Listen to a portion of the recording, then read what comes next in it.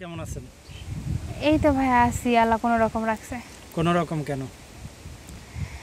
আসলে ভাইয়া জীবন থেকে এমন একটা মানুষকে হারায় ফেলছি যার অভাবটা আর কোনো মানে কোনো জিনিস দিয়ে আসলে পূরণ করা যাবে না। কেন, কি হয়েছে একটু যদি খুলে বলতেন। খুলে বলা ভাইয়া, আমি এখন ক্লাস ইন্টার সেকেন্ড ইয়ারে পড়ি। তো কিছুদিন আগে বলবো না, এটা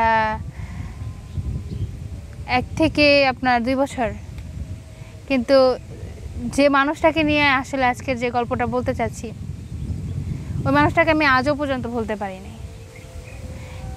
ওর চলাফেরা, কথাবার্তা, মানে একদম একাকিত্ব হয়ে গেছি বিষয়টা। ওর ডিপ্রেশনে চলে গেছি সম্পূর্ণ আমি। ওটাকে কি ছিল বিষয়টা একটু বলা যায়।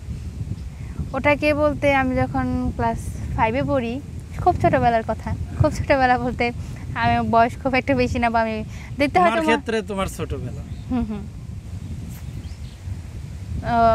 আমার ছোটবেলাতে আসলে আমার ক্লাস 4-এ যখন পড়ি, 4-এর শেষের দিকে আসলে, তখন একটা ছেলে আমি প্রায় দেখতাম যে দেখা করা, তারপরে হচ্ছে গলিতে দাঁড়ায় থাকা, মানে আমার বাসার যে গলি, ওই গলিতে দাঁড়ায় থাকা। মানে আমি মনে মনে ভাবতাম, মানে ছোট ছিলাম, বাট আমি ছোটোবেলা থেকে একটু চঞ্চল টাইপের, একটা চালাক প্রকৃতির একটা মেয়ে। তো আমি বুঝতাম যে ছেলেটা দাঁড়ায় আছে, করতেছে, কিন্তু কেন করতেছে এটা বুঝতাম না আসলে।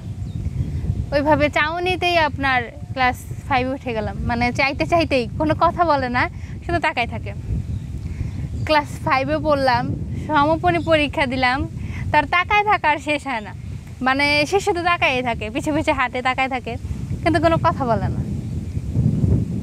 একদিন সমাপনী পরীক্ষা শেষ,